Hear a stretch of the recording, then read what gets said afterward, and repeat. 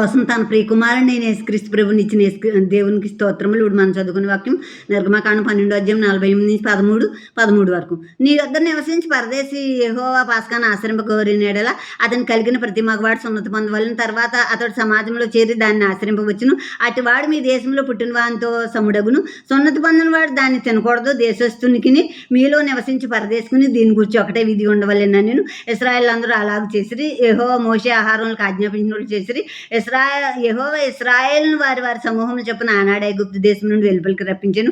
మరియు యెహోవా మోషేతో ఇలా సెలవిచ్చెను, ఇశ్రాయేల్లో మనుషులకి పశువులకి ప్రథమ సంతతి అనగా ప్రతి తోలుసూలు పిల్లను నాకు ప్రతిష్ఠించుము, అది నాదని చెప్పెను.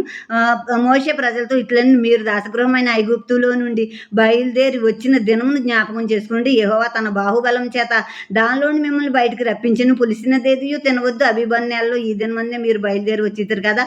యెహోవా నీకు ఇచ్చేదనని నీ పెద్దలతో ప్రమాణం చేసినట్లు కానానీయులకును ఎత్తీయులకును అమోరీయులకును వీలుకును యెబూసీయులకును నివాసస్థానమై ఉండి పాలుతేళ్లు ప్రవహించు దేశమునకు నిన్ను రప్పించిన తర్వాత నీవు ఈ ఆచారమును ఈ నెలలో జరుపుకొని వలను. 7 దినములు నీవు పులియని రొట్టెలను తినవలను. 7వ దినమున యెహోవాకు పండుగ ఆచరింపవలను. పులియని వాటిని 7 దినములు తినవలను. పులిసిందేదియు నీ యొద్ద కనబడకూడదు. నీ ప్రాంతములన్నిటిలో పొంగినదేదియు నీ యొద్ద కనబడకూడదు. మరియు ఆ దినమున నేను ఐగుప్తు నుండి వచ్చినప్పుడు యెహోవా నాకు చేసిన దాని నిమిత్తము పొంగని రొట్టెలను తించున్నానని నీ కుమారునికి తెలియజెప్పవలను.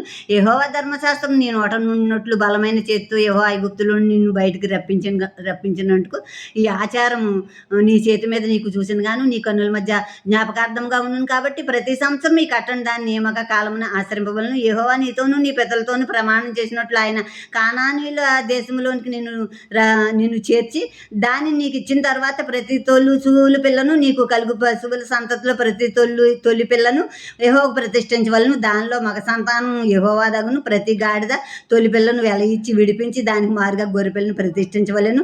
అట్లు దాన్ని విడిపింపని ఎడల దాని మెడను ఇరగదీయవలెను. నీ కుమారులో తొలిసూలైన ప్రతి వాడిని వెల ఇచ్చి విడిపించవలెను.